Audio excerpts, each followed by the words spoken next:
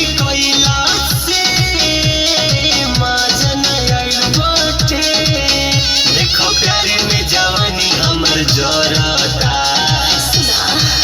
सैया चोली में पसीना हमारा भरता। देह लर लर लस लस करता। सैया चोली में पसीना हमारा भरता। देह लर लर लस लस करता। बुझला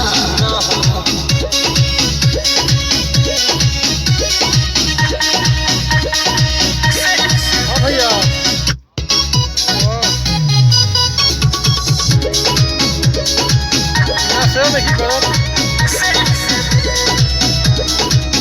प्यारी गोरी खाती बानी खखुआइल।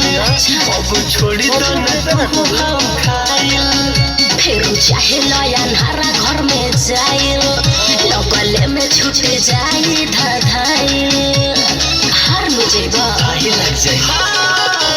प्यारी गोरी खाती बानी खखुआइल। अब छोड़ी दो न तू हम खाइल। फिर चाहे लयनहारा घर में जाइल। लगले में छूट जाई धधाइल। अब होता कंट्रोल न संभलता। सैया चोली में पसीना हमारा भरता। देह लर लर लस लस करता। सैया चोली में पसीना हमारा भरता। देह लर लर लस लस करता। बुझा पर कंट्रोल से बाहर होता हो।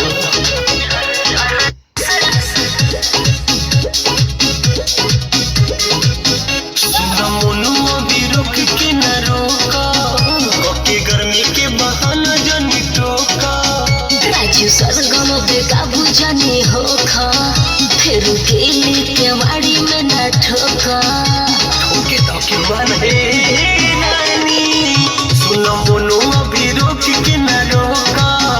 ओके गर्मी के बहाना जानी टोका।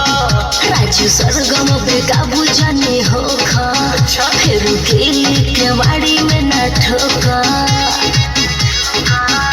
अब जल्दी से मूड बिगड़ता।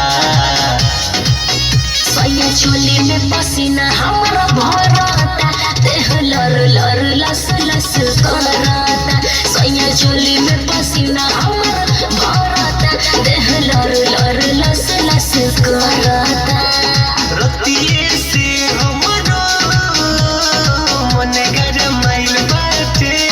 चुप रह एक बेरी कोइला से मजा न आइल बाटे। देखो प्यारे में जवानी हमर जरता। सैया चोली में पसीना हमारा भरता। देह लर लर लस लस करता। सैया चोली में पसीना हमारा भरता। देह लर लर लस लस करता। बुझला अरे माइनस करो जुटेगा तबे ना बल्ब जली।